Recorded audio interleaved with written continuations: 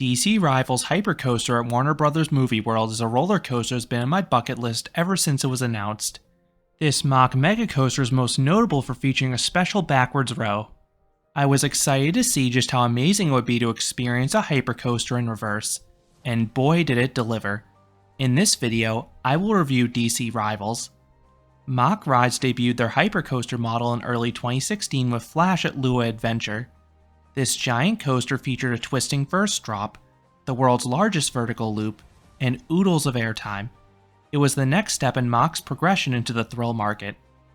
Their second hypercoaster immediately gained notoriety. This would be none other than DC Rivals Hypercoaster, which opened in 2017. With the closure of DreamWorld's Tower of Terror, DC Rivals is now the tallest and fastest coaster in the Southern Hemisphere. This ride stands 202 feet or 62 meters tall, and its iconic pink track is impossible to miss. It's a bold choice for a ride of this scale, but the color really pops. You can see it from miles away as you drive down the highway, and the road into the park drives right up next to it. It is quite the welcome for this theme park. Understandably, most people will head here first. The layout not only draws you in, but it is also one of the closest rides to the main entrance. There's an archway for the ride off the main plaza. You then head down this dead-end pathway with a giant mural of some iconic DC heroes and villains facing off. The queue includes some additional cutouts, but that's the extent of the ride's theming. There isn't anything to see along the ride itself. You just coast alongside the parking lot. But that's fine for this type of ride. You don't usually see theming on hypercoasters, and the elements are more than capable of standing on their own. DC Rivals is far and away the most popular ride at Movie World, and it also is a relatively short train for a hypercoaster. Each train holds just 22 riders. The first 5 cars have 2 rows of 2, while the back cars the 2 backward seats. This popularity and capacity leads to DC Rivals frequently sporting the longest line in the park. Do not be surprised if the wait exceeds the hour mark on a busy day. Even on quiet days, you may have to wait a bit. From what I've heard, one-train operations are quite common in the slower months. I visited during school holidays, so the ride had 2 trains on the course. You can head here right after opening, but a lot of people do that. If you are not one of the first people in the park, expect there already to be a crowd of people in front of DC Rivals. It is worth noting the park gates open a half hour before the rides, and a lot of people start their day with the park's biggest and baddest coaster. Somewhat related to that, you cannot just hop in line for this ride right at park close. Movie World closes the queue lines early, so the last train goes out right at closing time. But there are ways to beat the crowds. There are 3 special lines routing you right into the station to give you expedited boarding. First, you have the single rider line. This was usually no more than a 1 to 2 train wait during my visit. Second, you have a virtual queue and fast track lane. The virtual queue is a free service included with your park ticket. You can reserve 1 ride at a time on the park app. Once your time is called, you have a half hour to return. Once you use your pass or it expires, you can book another, and you are free to keep booking DC Rivals over and over if you'd like. Pending availability. Return times for this attraction often exceed an hour, and they will run out on busy days, so make sure to grab them early.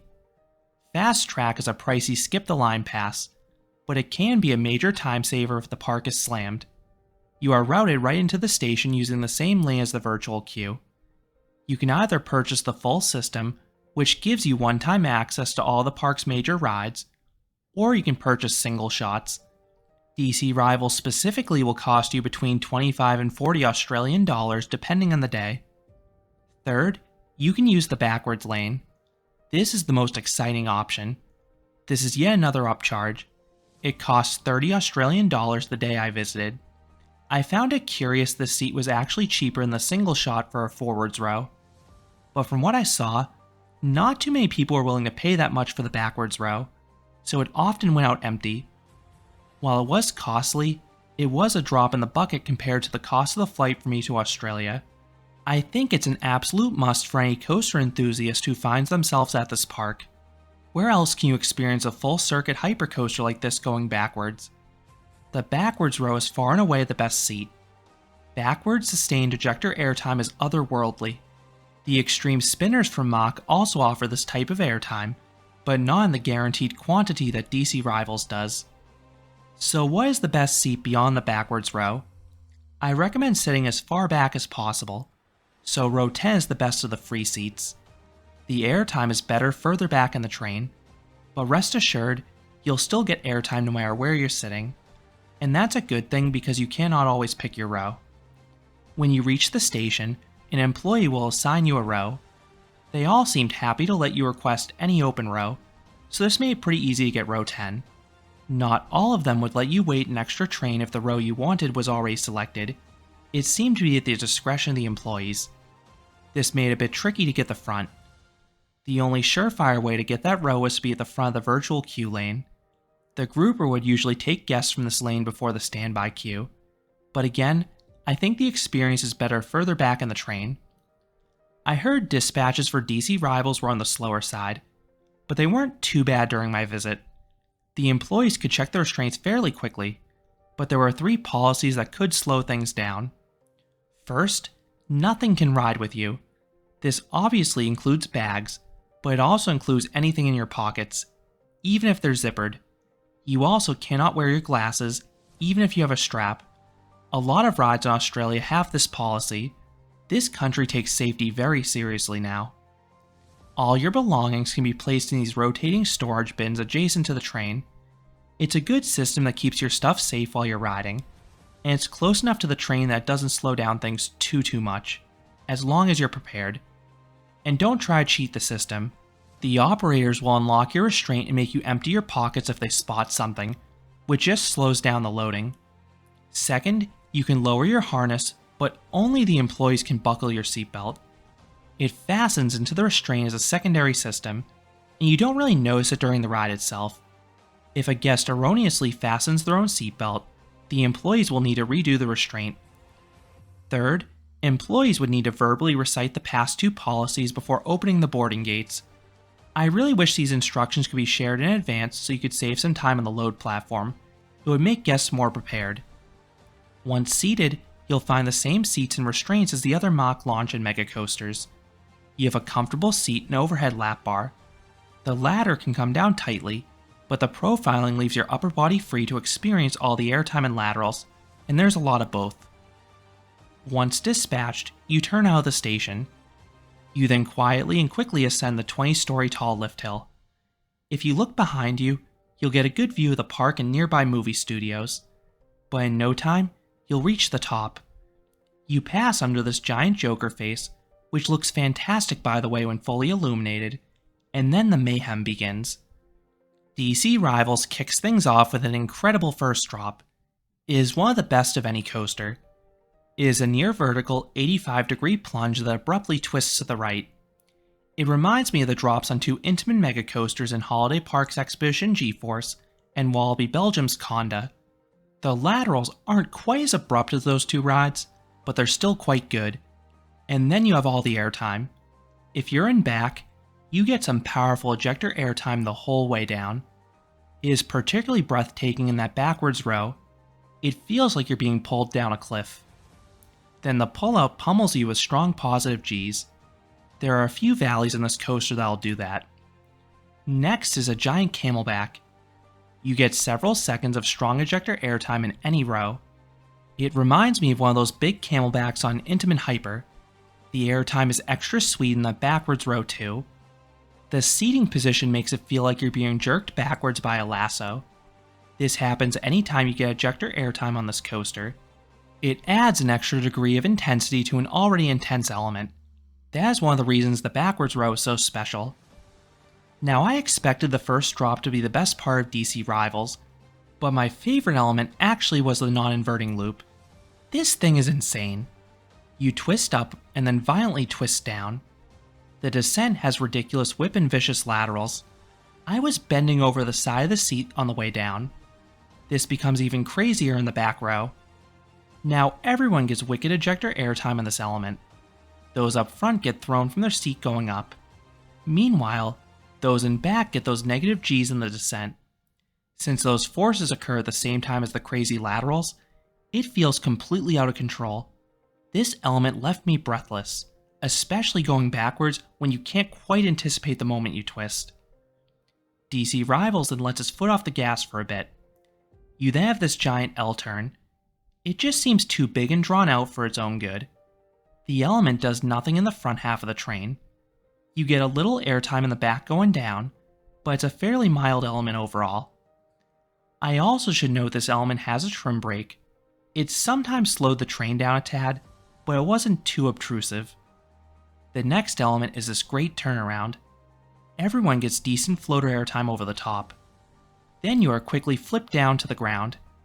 The transition sort of reminds me of a dive loop. Then the valley is another one that blasts you with strong positive Gs.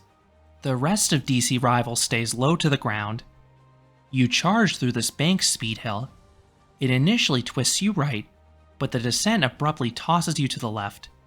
You get a weak pop of airtime with some laterals up front, but the change of direction midway through the element gives a decent burst of airtime and back. Next is this S-hill. It's the largest element in the second half.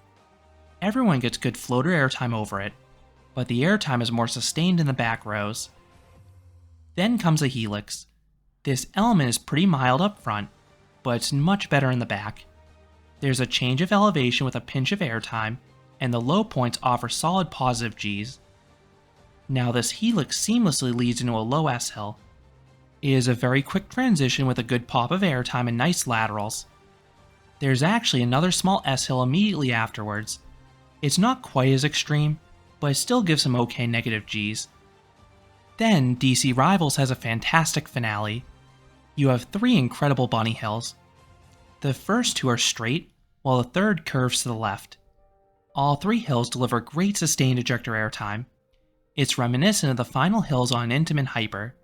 You just keep getting tossed into the air like a rag doll, especially if you're going backwards and cannot quite see them coming. You then have one last climb into the brake run. This also manages to give solid ejector airtime across the train. You'll likely hit the brakes breathless after the bombardment of negative Gs. The ride has 4,593 feet or 1,400 meters of track, and it's quite action-packed start to finish. Now let's talk about the smoothness and pacing. DC Rivals is extremely smooth. I just recently rode it, and there was not even a hint of a rattle. I could have ridden this coaster all day.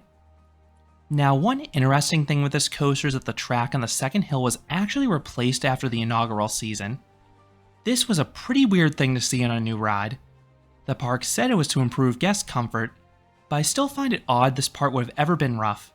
For anyone who did ride in 2017, was this hill actually shaky? Now as for the pacing, DC Rivals reminds me of Expedition GeForce. Both coasters have world-class starts and endings. Both of these sections have so much ejector airtime, you spend more time out of your seat than you're in it. Then both coasters go from elite to merely good in the middle section as they navigate a series of twists and turns. Now this section doesn't lose as much steam in the backwards row of DC Rivals. The repeated directional changes keep you on your toes when you cannot see them coming.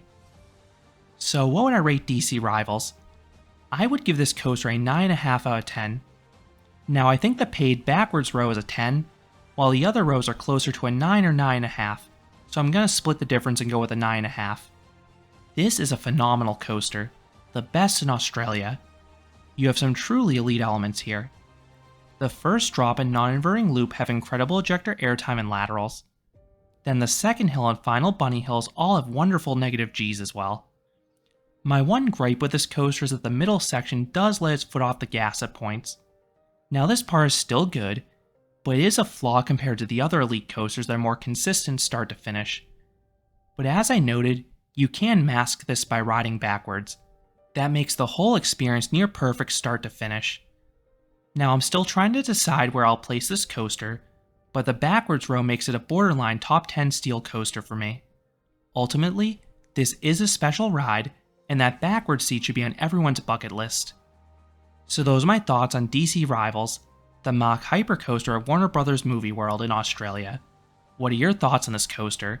Whether it be the backwards seat, the layout, or anything about it. Let me know down in the comments.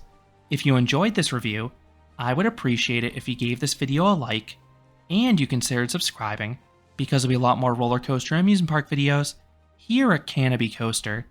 Thanks for watching.